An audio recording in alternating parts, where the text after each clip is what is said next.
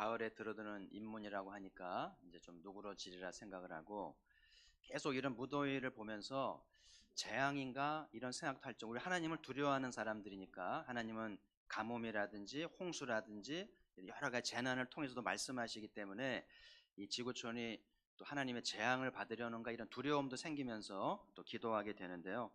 이제 입추가 됐으니까 이제 좀 누그러지리라 생각하고 좀 더 하나님을 찾으면서 좋은 계절을 맞이하도록 마음을 좀 추스려야 되겠습니다. 최근에 아침에 좀 해프닝이 좀 있었는데요. 그 해안도로로 쭉 가다 보면 수출 정문 사거리가 있는데 거기서 이제 창원으로 들어가려고 우회전하는 차들이 굉장히 많아요. 그래서 이제 길게 늘어서게 마련인데 뭐 시간은 급하니까 이제 2차선까지 점령을 해서 우회전을 하다 보니까 막 끼어들기가 이제 복잡하니까 막 아침에 짜증도 나고 자기만 바쁜 건 아닌데 막 끼어들기를 하니까 양보 안 하려고 하기도 하고 사고가 나기도 하고 또 2차선으로 가니까 이쪽 직진 차량하고 또 이렇게 직진을 받고 있는데 두 차선이 돌아가니까 이게 위험한 게 많아서 어려움이 많았는데 최근에 경찰이 이제 정보를 받았는지 출동을 해가지고 캠코더로 찍습니다. 그래가지고 2차선에서 도는 차들은 그냥 찍어버리니까 저거 보니까 정 무더기로 줄줄이 이제 단속을 받은 거죠. 딱지를 받았을 것 같은데 어마어마한 이제 사람이 딱지를 받았을 것 같아요. 그래서 그런지 며칠이 지나고 나니까 다 사라진 거예요. 그래서 길어도 2차선, 1차선으로 쭉 돌게 되는데 한 번은 보니까 경찰이 없는 거예요. 아침에 그 출근 시간인데 그러면 이제 운전자들이 어떤 생각을 해야 될까요? 아, 경찰이 없을 수도 있네. 그러면서 2차선을 돌면 될까요? 안 될까요? 뭐 없으면 다행인데 없는 줄 알고 2차선으로 갔는데 경찰이 나와 있으면 딱지를 띄는 거 아니에요? 그러니까 경찰이 없다고 생각한 것보다는 있다고 생각을 하고 질서 있게 1차선으로 돌아가는 게 보기도 좋고 안전하지 않겠어요? 자, 이 말씀을 드리는 이유는 하나님은 계신 걸까 안 계신 걸까? 하나님의 존재에 대해서 지금도 신학자들과 과학자들이 어마어마한 논쟁을 하고요. 신이 있느니 없느니 이제 많은 논쟁을 벌이고 있는데 하나님이 있다고 생각하는 게 좋겠어요? 없다고 생각하는 게 좋겠어요? 잘 생각하셔야 돼요. 그래서 천국이 없다고 생각하고 그냥 자기 마음대로 살았는데 천국에 가보니까 하나님이 계시고 천국이 있는 거예요. 그래서 보니까 교회 잘 다니고 말씀에 순종하고 충성한 사람들은 면류관을 주고 영생을 얻게 하십니다. 근데 하나님 없다고 생각하고 마음대로 산 사람들은 심판을 받게 하고 이를 갈면서 통곡하게 하시잖아요. 이런 것도 생각하면 하나님이 계시다고 믿어야 되는 건지 없다고 확신할 수 있는 것인지 조심해야 될 거란 생각이 들고 우리를 낳아준 부모님이 계시잖아요. 어찌 부모 없이 우리가 존재하겠어요? 어찌 창조주 없이 우리가 존재하겠습니까? 만일 모든 게 우연이고 진화에 불과하다면 우리의 열심과 수고는 무의미한 거예요. 그냥 죽으면 그만이라면 열심히 살 이유도 없고 정직하게 살 이유도 없지 않겠어요? 우리가 이 생을 살든지 종말이든지 하나님의 심판이 있는 걸 알아야 좀 조심하게 되고 긴장하게 되고 바르게 살지 않겠어요? 지금 저희가 히브리서 11장에서 믿음의 위인을 나누고 있는데요. 나오미가 경험한 77절의 기적은 믿음의 역사였어요. 그래서 이방 땅 모압에 10년 동안 가세가 기울고 우환이 겹쳤는데 나오미가 듣기를 하나님이 백성을 돌보셨다. 이 소문을 듣고 무조건 고향에 돌아오기로 작정하고 돌아오면서 믿음을 가져보는데 하나님이 모세를 통해 말씀하신 그 기업 물을 째 축복을 우리 집안에 주시려나 그런 믿음을 갖고 돌아온 거예요. 무작정. 근데 하나님이 나오미의 믿음을 보시고 보아스를 준비하셨죠. 그 베들레헴의 유력자 보아스를 준비하시고 움직이셔서 그 집안을 기꺼이 물어주시고 땅도 되찾게 하고 기업을 되찾게 하고 그 가정과 가정의 식구로 들어와서 자손을 낳게 되는데 이 집안에서 다윗이 나오는 거잖아요. 이게 믿음의 역사요. 77절의 기적인데 이번에 이제 후반기 시작하면 우리 가포구의 모든 집안들이 믿음을 잘 배워서 기적을 낳고 믿음의 주인공이 되시기를 주의 이름으로 축복합니다. 믿음이 있으면 우리의 집안 새로워질 수 있고 우리의 인생 새로 할 수 있음을 기억하면서 또 말씀을 잘 경청하시고 잘 은혜 받으시길 바라고요. 지난주에 아브라함의 믿음을 나누었는데 아브라함의 믿음으로 좀 남다른 생애를 사셨잖아요. 그래서 세 가지를 나누었는데 첫 번째로 믿음이 있었기 때문에 약속의 땅으로 독립할 수 있었다. 믿음이 있었기 때문에 부모를 떠날 수 있고 고향을 떠날 수 있는 용기가 있었다는 거죠. 두 번째로 아브라함은 믿음으로 아들과 손주와 동거하면서 신앙을 가르쳤는데 그 덕분에 하나님이 아들의 하나님이 되어주셨고 손주의 하나님 되어주셨잖아요. 아브라함 생애의 최고의 기쁨은 하나님이 아들의 하나님이 되어주시고 손주의 하나님이 되어주신 것이 아닐까 생각이 들어요. 저도 두 아이의 아버지입니다마는 모든 부모의 마음이 그렇잖아요. 자식을 통해 뭔가 명예를 얻고 보람을 얻고 사람들의 말이 아이들 잘 키웠다고, 아이들 신앙이 참 귀하다고, 그런 말 들을 때 모든 부모의 마음은 즐거운 것 아니에요? 어떻게 아이들을 양육했길래 하나님이 그 아들의 하나님이 되어주시고 그 손주의 하나님이 되어주셨을까? 믿음의 열매라고 하는 사실이죠. 그리고 아브라함 믿음으로 하나님이 주실 성을 바라보았는데 하나님이 직접 설계하시고 지어주실 성을 이제 바라보았는데 참 놀라운 하나님이죠. 여러분 농부가 수박씨를 심으면 수박이 생기잖아요. 한번 사진을 보시면 저걸 누가 좀 계산해 봤나 봐요. 수박 상태가 조금 안 좋은 것 같긴 한데 수박씨를 심으면 수박씨의 20만 배라고 그래요. 저걸 뭐 계산 수박씨를 20만 개를 담으니까 수박통만하게 되나 봐요. 그러니까 수박씨를 심으면 20만 배 크기의 수박이 한 개가 아니고 주렁주렁 열리게 되는 게 하나님의 섭리인데요. 그러니까 농부는 수박씨를 심으면서 20만 배의 수박이 열릴 거야. 농부의 믿음이죠. 그렇죠? 믿음대로 되는 것 아니에요? 농부가 능력 있는 게 아니라 농부에게 그 마음을 넣어주신 창조자 하나님의 능력인 줄 믿습니다. 그 자연도 열매를 어마어마하게 맺는데 우리가 마음밭에 천국의 복음의 씨앗을 잘 심게 되면, 그리고 씨앗을 잘 돌보고 간직하게 되면 놀라운 열매를 맺는데 100배 열매를 맺게 한다. 이런 약속을 주시잖아요. 그래서 아브라함이 이렇게 믿음으로 하나님을 바라봤을 때 어마어마한 성을 이제 바라보게 되고 약속을 기대하게 됐는데, 우리도 한번 아브라함의 신앙을 배우면서 믿음의 사람이 되어서 우리도 한번 믿음의 역사를 보는 은혜가 있기를 바라고요. 오늘 아브라함 이야기를 한 번 더 나누려고 하는데 네 번째 믿음을 소개하려고 하는데, 오늘 본문에 보니까 아브라함 믿음으로 아들을 드렸다라고 돼 있어요. 자, 우리 17절 말씀을 같이 한번 읽어보도록 하죠. 시작. 아브라함은 시험을 받을 때 믿음으로 이삭을 드렸으니 그들은 약속들을 받은 자로 돼 그 외아들을 드렸느니라. 그러니까 아브라함은 믿음으로 이삭을 드렸다. 여기 드렸다는 말은 이제 번제로, 이제 번제가 뭔지 아는 사람들은 이 말이 쉬운 게 아닌 거예요. 끔찍한 일입니다. 사람으로는 행할 수 없는 끔찍한 일을 한 것인데 그 믿음이 뭔지 믿음으로 아들을 드렸다라고 얘기를 해요. 그래서 여기 보면 아브라함은 시험 받을 때 그랬잖아요. 하나님이 아들을 번제로 바치라고 하는 거는 아브라함의 시험이었어요. 거의 뭐 백발백중 시험입니다. 왜냐하면 정말 어렵게 얻은 아들이거든요. 하나님이 약속을 하시고 25년 만에 노년에 낳은 아들이고 정성을 다해 길러 놓았더니 바치라는 거예요. 이 하나님의 이 말씀은 아브라함에게는 거의 100% 시험 받았다고 봐야 돼요. 이 아들을 드리는 건 잘못하면 이혼 사이가 되잖아요. 그렇죠? 아내 동의 없이 이렇게 하면 이혼 사유가 될 만하고요. 아브라함은 살인자라는 오명을 받게 되겠죠. 근데 아브라함이 이 하나님에게 엄청난 시험을 받았지만 시험에 빠지지 않고 믿음으로 예물을, 이제 아들을 드렸다는 말씀이잖아요. 우리도 신앙생활하면서 종종 시험을 받게 되는데 말씀 때문에 시험 받기도 하고 또 일하다가 시험 받기도 하고 교우 관계 때문에 시험 받기도 하고요. 근데 가만히 돌이켜 보면 신앙이 잘하려면 시험을 잘 통과해야 된다는 것을 깨닫게 되잖아요. 우리 중에 시험 안 받은 사람이 누가 있겠어요? 다 시험을 받죠. 시험거리 교회만 있는 게 아니고 결혼 생활에도 늘 시험거리가 있고요. 직장에도 시험거리가 있고 늘 시험이 많잖아요. 예수님이 주기도문에 뭐라고 그러셨어요? 시험에 빠지지 않게 하시고.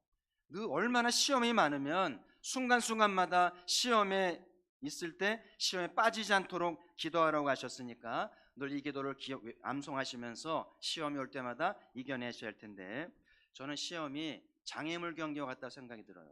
우리 신앙생활은 장애물 경기 같은데, 장애물 경기 선수는 가다 보면 이렇게 물가도 나오고요, 물도 빠져야 되고 펜스도 뛰어넘어야 되는데, 장애물 선수가 장애물을 훌쩍 넘어서 이제 달려가듯이 우리도 시험이 올 때 훌쩍 넘어서 달려가야만 믿음을 지키고 면류관을 받게 되는데, 만약에 걸려 넘어져서 뒤처지게 되면 그거는 소망이 없는 것이고요, 무서워서 장애물을 피해가면 실격이 되는 거죠.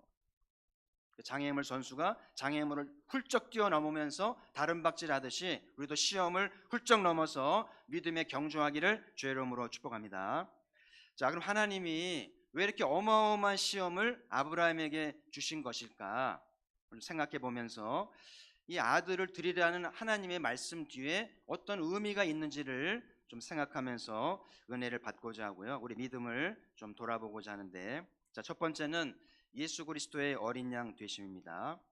오늘 아브라함이 아들을 잡는 데에는 예수 그리스도 어린 양이 들어있음을 우리가 알아야 되겠고요. 자, 마태복음 1장 1절 보시면 아브라함과 다윗의 자손 예수 그리스도의 족보라. 그러니까 신약의 첫 마디가 아브라함이잖아요.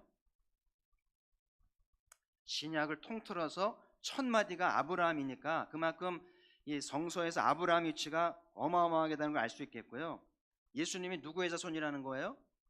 아브라함의 자손이라는 거죠. 아브라함이 예수님의 조상의 자격이 있는가? 오늘 말씀이 증거를 한다는 거예요. 아브라함이야말로 예수 그리스도의 조상으로 자격이 있다는 것을 이제 깨닫게 되는데요. 그래서 아브라함이 독자 이삭을 제물로 바칠 때는 놀라운 상징성이 있었던 건데, 먼 훗날 하나님이 독생자를 제물로 잡잖아요. 아들을 어린 양 삼아서 제단에 잡으셨잖아요. 이것하고 아브라함이 아들을 제단에 잡는 것하고 유사해 보이잖아요. 놀라운 거는 예수님 십자가 지실 때 묵묵히 감내하셨어요. 묵묵히 주님의 뜻인 거 알고 그 아픔을 참고 그 모멸감을 참으면서 묵묵히 이겨내신 것처럼 이삭이 자기 아버지 자기 결박하고 칼로 치려 할 때 저항하는 흔적이 없어요. 유사해 보이지 않아요? 저는 그런 생각을 해봤어요. 설교 준비하면서 이렇게 아브라함이 아들을 결박하고 칼을 들어 아들을 잡으려고 할 때 하나님이 지켜보시면서, 야, 내가 언젠가 내 아들을 보내서 저렇게 내 아들을 잡아야겠다는 생각을 분명히 하셨겠다는 생각이 들고, 그 아브라함이 얼마나 고맙고 얼마나 대견스러울까요? 이런 아버지가 어디 있어? 이런 그리스도인이 어디 있습니까? 아브라함이 이렇게 아들도 아끼지 않고 잡았다면 나도 기꺼이 내 아들을 제물로 보내서 우리를 구원해야 될 것을 생각하지 않았을까 생각이 들어요. 저는 아브라함도 대단하지만 이삭도 대단하다는 생각이 들어요. 이삭은 청춘입니다. 혈기방장한 아이였는데 아들을 잡으라는 명령에 순종하는 아버지도 그렇지만 자기를 죽이려고 이렇게 묶고 제단에 올려놓고 칼로 찌르려고 하는데 묵묵히 순종하는 아들의 모습도 정말 대단해 보이잖아요. 요즘 애들은 부모님 매들면 딱 잡는다면서요. 잡고 이렇게 딱 꺾어버리면서 왜 그러시냐고 그런대잖아요. 저는 이 아브라함과 이삭을 보면서 최강 부자다, 최강 아버지, 최강 자식이라는 생각이 들면서 은혜가 되는데요. 여러분, 이삭의 생애를 보면 특별한 게 보이지 않아요. 농사는 잘 졌고 우물은 잘 팠는데 누구나 잘할 수 있는 거예요. 노년에는요 시력장애 와가지고요 약간 분별력이 떨어졌는지 그 야곱을 에서로 착각하고 잘못된 축복을 할 정도로 그렇게 좀 잘못한 것도 많은 사람인데 어떻게 하나님이 이삭의 하나님이 됐을까? 저는 다른 건 모르고요, 오늘 이 본문에 아들이 자기를 잡으려고 그럴 때 순종하면서 제물 되려고 했던 모습 하나만 봐서라도 이삭의 하나님 되실 만하지 않았을까? 이 한 번의 순종으로 평생의 신앙을 인정받을 만한 대목이었다는 생각이 들어서, 그래서 여러분 성경을 읽을 때 아브라함도 그렇고 야곱도 그렇고 이삭도 그렇고 참 부족한 게 많아요. 도덕적으로 결함이 많고요. 인간적으로 문제가 많습니다. 근데 하나님이 이들을 당신의 하나님으로 인정하셨고 그들을 받아주셨는가? 하나님이 보시는 관점은 좀 달라요. 하나님이 찾으시는 것은 남보다 좀 바르게 살고 착하게 사는 게 아니에요. 기독교는 도덕적인 종교가 아닌 거예요. 도덕은 그냥 따라오는 것이고요. 하나님 찾으시는 것은 말씀에 순종하는가. 하나님을 경외하면서 무슨 말씀을 하시든지 순종하는 자들을 찾으신다는 것을 우리가 배우게 되면서 오늘 아브라함의 이 순종 뒤에는 예수 그리스도의 어린 양 되심이 있음을 오늘도 배우면서 자, 로마 12장 1절 말씀도 같이 보겠습니다. 같이 있습니다. 시작. 너희 몸을 하나님이 기뻐하시는 거룩한 산제물로 드리라. 이는 너희가 드릴 영적 예배니라. 여기 제물이 나오잖아요. 오늘 하나님이 아들을 제물 삼고 아브라함 이삭을 제물 삼았잖아요. 오늘 사도 바울이 말하기를 참된 예배가 뭔가, 영적인 주일 예배가 뭔가, 내가 제물 되는 거예요. 그 제사가 드려질 때 짐승을 가져오면 짐승을 잡습니다. 급소를 찔러서 이제 죽이죠. 고통당하지 않게 급소를 정확하게 깊이 찔러서 바로 죽게 한 다음에 배를 갈라가지고요, 내장을 정리합니다. 그리고 제단에 올려놓고 태워서 시커멓게 드리는 게 제사예요. 사도 바울이 말씀하기를 참 예배가 뭔가, 내가 제물 되어서 죽는 거예요. 죽어서 태워지는 것이 영적 예배인 것을 말씀하고 있는데, 이 영적 예배의 시조가 누구인가? 아브라함인 거예요. 아브라함이 아들을 잡은 것이 영적 예배의 시조가 되었고요. 모든 아버지는 알겠습니다만은 아들을 잡았다는 것은 자기를 죽인 거예요. 아들을 죽인 게 아니라 나를 죽인 거 아니겠어요? 내가 죽지 않고 어떻게 아들을 잡겠어요? 그래서 아브라함이 사도 바울이 말씀하시는 영적 예배의 시조가 아니겠는가, 그런 생각이 드는 것이죠. 우리는 다 같은 생각을 하겠죠. 어떻게 아버지가 아들을 잡을까? 아무리 하나님 말씀이라고 하지만 어떻게 아들을 잡으라는 말인가? 정말 그렇게 나에게 말씀하신다면 교회를 나오지 않든지, 교회를 나와도 거리를 두겠죠. 그렇죠? 받아들일 수 없으니까. 근데 이것도 생각하셔야 돼요. 어떻게 하나님이 독생자를 잡으실 수 있단 말인가? 죄 없는 아들에게 죄를 뒤집어 씌우고 저주의 십자가를 지게 하는 것이 말이 되나요? 하나님은 말이 되고 나는 말이 안 되나요? 그렇지 않아요. 아브라함이 아들을 잡는 것도 어렵지만 하나님이 독생자를 잡는 것은 더 어려운 일이고, 이거는 질서를 파괴하는 거예요. 여러분, 이 하나님과 인간 사이에는 넘지 못할 선이 있잖아요. 파도가 이렇게 쫙 쳐오다가도 해안선에서는 머물러야 되는 거예요. 넘어서면 끝장이죠. 하나님의 창조 섭리는 물이 파도 쳐오다가도 해안선에서는 머물러 서서 돌아가야 되는 거잖아요. 하나님 피조세계는 종과 종 사이는 넘어서는 안 돼요. 사람과 원숭이 사이에 넘어서는 안 되는 선이 있는 거거든요. 그렇잖아요. 근데 하나님이 사람이 되신 것, 넘지 말할 선을 넘은 것이고요. 이 말은 뭐와 같냐면은 내가 개를 구원하려고 내가 개가 되는 거예요. 개가 되시겠어요? 그럼 말이 안 되는 거죠. 우리는 하나님이 아브라함에게 아들을 잡으라고 말씀하신 걸 배우면서 어떻게 하나님이 독생자를 사람으로 보내서 잡게 하신다는 말인가에 대해서도 깊이 질문하면서 하나님께 질문해야 된다는 생각이 들고요. 하나님, 왜 이렇게까지 하셔야 되는 건지, 어떻게 하나님의 아들을 보내서 십자가에 저주받게 하셔야 되는지에 대해서 좀 따져보고 그러지 말았어야 한다는 것을 해야 된다는 생각이 들어요. 왜 하나님 그렇게까지 하셔야 되는 거예요? 우리를 구원하시려니까. 그 큰 사랑으로 우리를 구원하시려니까 그런 일을 행하신 거잖아요. 할렐루야.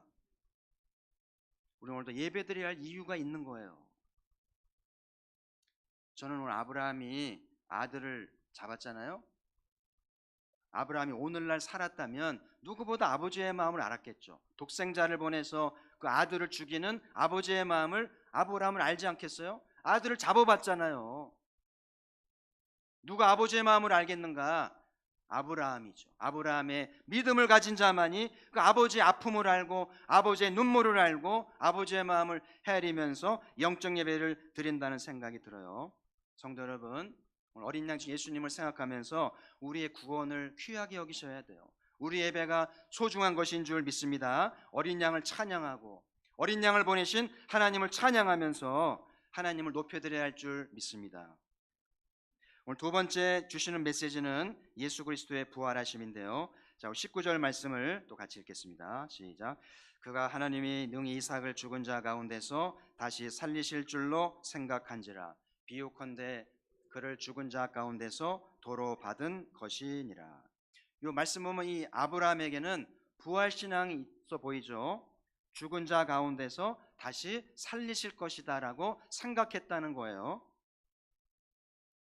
내가 순종해서 이 귀한 아들을 죽이면 하나님이 부활 신앙으로 이 아들을 어떻게 하든 살려주실 것을 생각했다고 하는 말씀이죠. 어떻게 이게 가능한 걸까요? 아브라함의 신앙은 말씀에 기초한 신앙이었음을 생각하게 되는데, 오늘 18절 보시면 그에게 이미 말씀하시기를 내 자손이라 칭할 자는 이삭으로 말미암으리라 하였으니, 여기 말씀하시기를, 아브라함의 생애는 늘 말씀을 경청하고 말씀을 따릅니다. 늘 예배를 힘쓴 이유도 예배를 통해서 말씀을 듣기 때문에, 그 당시에는 구전시대이기 때문에 문서가 없으니까 귀로만 들어야 되는데 늘 제사를 드리면서 하나님 말씀하세요. 그 다음은 뭐예요? 그래서 아브라함이 고향을 떠날 때도 약속 믿고 그 낯선 곳 간 거거든요. 말씀만 믿고, 그리고 하나님 말씀하시기를 네 몸에서 자식이 나올 거야, 그리고 그 자식이 큰 민족을 이룰 거라고 분명히 말씀했는데 그 아들을 잡으라고요? 그 말씀이 취소인가요? 아브라함은 말씀하셨기 때문에 이 아들이 민족을 이룰 후손이기 때문에 이 아들은 죽을 수 없고 죽었더라도 살리실 거야, 이런 신앙을 가졌다는 것이죠. 자, 로마서의 사도 바울의 증거를 좀 보시죠. 로마 4장 21절인데요. 또 같이 읽겠습니다. 시작. 약속하신 그것을 또한 능히 이루실 줄을 확신하였으니. 제가 저기 PPT에는 밑에 영어를 좀 큰 글씨로 해놓은 게 있었는데 그대로 나왔네요. 편집이 된 것 같은데 2부 때는 좀 제가 보낸 대로, 저기 밑에 영어를 넣은 이유는 은혜가 되기 때문에. 저기 보면 풀리란 말 있잖아요. 풀리. 풀은 가득하다는 거잖아요. 아브라함 이삭을 낳을 때나 이삭을 잡을 때나 뭔가 풀인데 뭐가 충만했을까요? 하나님에 대한 믿음, 하나님에 대한 말씀, 그걸로 충분했다는 거예요. 그 말씀 신앙이 이 시험을 이겼다는 말씀이고요. 그 뒤에 보면 He had power라고 돼 있죠. 하나님은 힘을 가지셨다. 약속하신 것을 행할 힘을 가지셨다. 그래서 여기서 파워 하나님이 나오는 거예요. 하나님은 파워가 있으신데 그 파워를 당해낼 자가 없는 거죠. 그러니까 아브라함이 이 시험을 이기면서 아들을 드린 데에는 이 파워 하나님을 믿었고 하나님 능히 살리실 것을 믿었다고 하는 사실을 이제 배우게 되는데요. 그래서 하나님은 이 아브라함의 제사를 통해서 먼 훗날 아들이 부활할 것을 이제 보여주시는 의도가 있었다고 봐야 되겠죠. 그러니까 이삭을 죽은 자에서 다시 받은 것처럼 하나님이 죽은 자 아들을 부활하셔서 살리셨다고 하는 사실을 말씀하려는 것인데, 우리 기독교에서 부활 신앙은 매우 중요하죠. 부활절은 지나갔습니다만은 늘 주님의 부활을 찬양하고 부활 신앙으로 거듭나야 할 텐데, 오늘 아브라함이 부활 신앙을 가졌다는 거예요. 자, 왜 부활 신앙이 중요한지 좀 보시죠. 고린도서 4장 8절도 10절인데요. 같이 한번 읽어보도록 하겠습니다.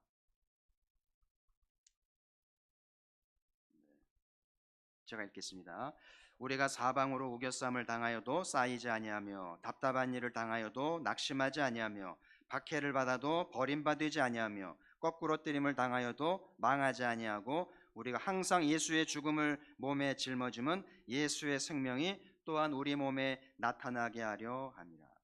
사도 바울이 사역을 하면서 참 별일이 많았는데요. 사방으로 우겨쌈을 당합니다. 답답한 일을 당합니다. 박해를 받습니다. 거꾸로 뜨림을 당합니다. 그런데 이겨내는 거예요. 그 힘이 뭘까요? 부활신앙인 거예요. 그러잖아요. 항상 예수의 죽음을 몸에 짊어짐은, 예수의 죽음을 몸에 짊어진다는 건 뭐겠어요? 예수님이 죽으셨다가 부활했잖아요. 그러니까 사도 바울은 무슨 사역을 하든지 나는 죽은 목숨이야. 예수님을 위해서 목숨 걸 거야. 목숨 걸면 하나님이 살려줄 거야. 이게 부활신앙인 거예요. 제일 무서운 사람이 목숨 거는 사람이죠. 주먹 산 사람이 무서운 게 아니라 목숨 건 사람이 두목을 하고 무서운 사람이라고 그래요. 사도 바울이 승리한 삶의 비결은 부활신앙으로 예수의 죽음을 몸에 짊어지었기 때문에 사도 바울을 감당할 수가 없는 거예요. 그래서 승리할 줄 믿습니다. 오늘 말씀에 죽은 자 가운데서 도로받은 것이니라. 그러니까 아브라함이 아들을 죽인 거나 마찬가지예요. 하나님이 막지 않았으면 아들을 잡았을 텐데, 그래서 죽은 자 가운데서 도로받은 것이다. 아브라함은 정말 10년 감수했다고 봐야 되겠죠. 여러분, 우리 하나님은 자식을 잡아주기란 잔인한 분이 아닌 거 아시죠? 그런 분이 아니에요. 종종 토속 종교에는 자식을 이렇게 잡아들이기도 하고 여자를 잡아들이기도 하고 아이를 제물 삼기도 하는 거를 보시잖아요. 그런 종교가 아닌 거예요. 근데 하나님이 이 귀한 아들을 잡으라고 하신 거예요? 오늘 메시지가 담겨 있는 거예요. 그래서 하나님이 아브라함을 급하게 막으셨잖아요. 그러면서 이제 아브라함의 그때 주신 말씀이 있어요. 자, 창세기 22장 12절 말씀 같이 한번 읽죠. 시작. 내가 내 아들 내 독자까지도 내게 아끼지 아니하였으니 내가 이제야 내가 하나님을 경외하는 줄을 아노라. 자, 여기 독자까지도 내게 아끼지 아니하였으니 괄호 쳐놓으시고요. 얼마나 소중한 말씀인지. 오늘 일로 하나님이 아브라함을 다시 봅니다. 그동안 잘 믿는 줄 알긴 않았는데 독생자까지도 아끼지 않는 거 보니까 아브라함이 다시 보이는 거예요. 생각보다 대단한 사람이라는 것을 하나님이 깜짝 놀라셨다는 것이고요.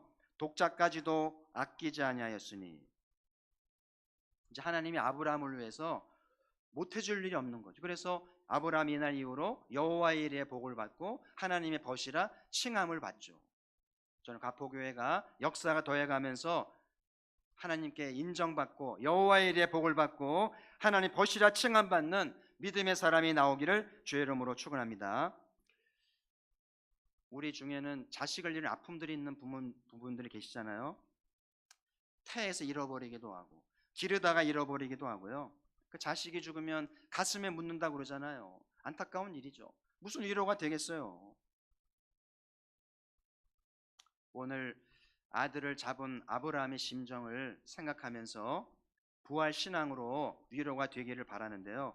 제가 한번 소개했습니다. 우리가 오랫동안 후원한 이인흥 선교사님이 저 북아프리카에 사역하시는데, 이분이 현지에서 딸을 잃어버렸잖아요. 택시를 탔는데 강도로 변변해서 살해를 당했는데, 사진을 한번 보시면 저 네 분이죠. 저 뒤에 이제 아프리카 인물전을 전시하면서 찍은 사진인데, 딸이 이게 강도에게 피살을 당했는데 꿋꿋이 그곳에 남아서 현지인들에게 복음을 전하시는데, 그 딸의 유품을 정리하는 중에 크레파스가 발견이 됐어요. 그러면서 딸의 메모가 나왔는데, 아빠는 왜 그림을 그리지 않아요? 원래 아빠가 독일로 유학을 갔어요. 미술을 전공하려고 박사과정으로 갔는데 거기서 하여튼 은혜를 받고 부름을 받아서 선교사를 헌신하면서 그림을 그리지 않게 됐는데, 그러니까 딸이 이제 아빠가 그림을 전공한 걸 알면서 왜 아빠는 그림을 그리지 않아 메모를 남기고 이 사건을 당한 거예요. 그때 아버지가 딸을 추모하기 위해서라도 다시 크레파스를 잡아야 되겠다 싶어서 이제 아프리카 인물을 그리기 시작을 했는데, 저게 이제 아프리카 선교에 큰 획을 긋게 돼요. 영화화도 되기도 하고 책도 나오고 전시회가 열리면서 아프리카 비전을 보게 하는데, 그 딸의 희생이, 딸의 죽음이 아버지를 감동하고 아프리카에 희망을 주는 부활신앙으로 태어난 느낌을 갖게 하는 거예요. 헛되이 죽은 게 아니죠. 얼마나 놀라운 일인지. 우리가 이런 선교사님을 돕고 안다고 하는 것은 얼마나 감사한 일인지 모르겠어요. 오늘 아브라함이 믿음으로 아들을 드렸잖아요. 여기에는 놀라운 주님의 계획이 있었는데, 한 가지는 하나님의 어린 양 아들 예수 그리스도의 어린 양 되심이 있었고 또 예수 그리스도의 부활하심이 담겨 있는 메시지가 있는 사건이었음을 오늘 배우게 되는데요. 믿음의 위인들은 멀리서 주님을 바라봅니다. 주님의 고난과 주님의 부활을 바라보면서 믿음으로 살았다는 거예요. 우리의 삶에 예수 그리스도의 죽으심과 부활을 상징하는 순종을 보일 수 있다면 얼마나 아름다운 이름으로 기억이 될 것인가. 이제 아브라함 믿음으로 순종을 했는데 이제는 우리의 차례죠. 우리도 아브라함의 신앙을 본받아서 주님을 바라보면 좋겠어요. 나를 위해 제물 되신 예수 그리스도, 나를 위해 부활하신 예수 그리스도를 바라봅시다.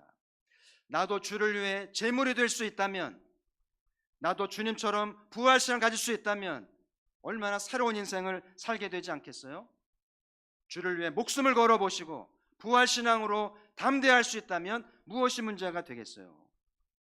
이제 후반기에 아브라함의 신앙을 본받아서 멋진 인생을 살아내시기를 바라고요. 하나님은 믿음의 사람을 찾습니다. 교회 다니는 사람 많지만 믿음의 사람 많지 않은 것 같아요. 내가 믿는 자를 보겠느냐? 쉽지 않아요. 이제 여러분 마음속에 주님 제가 믿어보겠습니다, 저를 한번 지켜보세요, 고백해 보시길 바라고요. 하나님 인정하는 믿음이 되려면 행동하는 신앙이 돼야 돼요. 설교를 듣고 잊어버리지 마시고 설교를 머리로 듣지 말고 마음으로 받아서 행동해 보세요. 그러한가 아닌가, 말씀대로 하시나 아닌가를 한번 실천해 보고 도전해 볼 때 우리의 신앙이 경험되어진다는 사실이고요. 한번 따라합시다. 작은 순종이 큰 기적을 낳는다. 요거 마음에 들면 프린트해 가지고요, 도수 20으로 프린트해서 걸어 놓으세요. 작은 순종이 큰 기적을 낳는다. 우리의 삶에 기적이 필요해요. 작은 순종이 우리가 기대하는 기적을 낳을 수 있음을 기억하면서 아브라함의 신앙을 잘 본받아서 이번 한 주간도 말씀에 순종하는 복 있는 한 주간 되기를 바라고요. 나는 믿을 만한 사람인가? 사람에게도 믿을 만해야 되겠지만 하나님에게 믿을 만한 사람인가? 하나님이 히브리의 노예들을 믿을 만하게 하기 위해서 40년 겪으셨잖아요. 모세가 얘기하잖아요. 그들을 낮추시고 낮춰보시고 그리고 마음이 어떤지 말씀을 듣는지 보신다는 게 40년 걸렸어요. 참 사람 속은 알 수가 없는 거예요. 40년 겪어야 겨우 마음을 아는 거예요. 결혼 생활을 40년은 해봐야 그 마음을 아는 것 같아요. 마음을 보입시다. 속내를 보여서 진정성을 하나님이 찾으시는데 오늘 아브라함이 독자도 아끼지 않고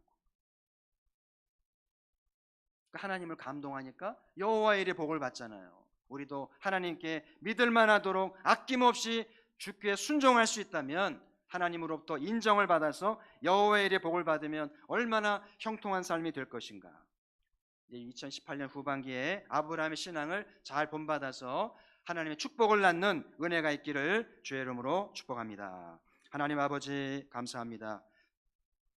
나오미의 집안의 기적을 보면서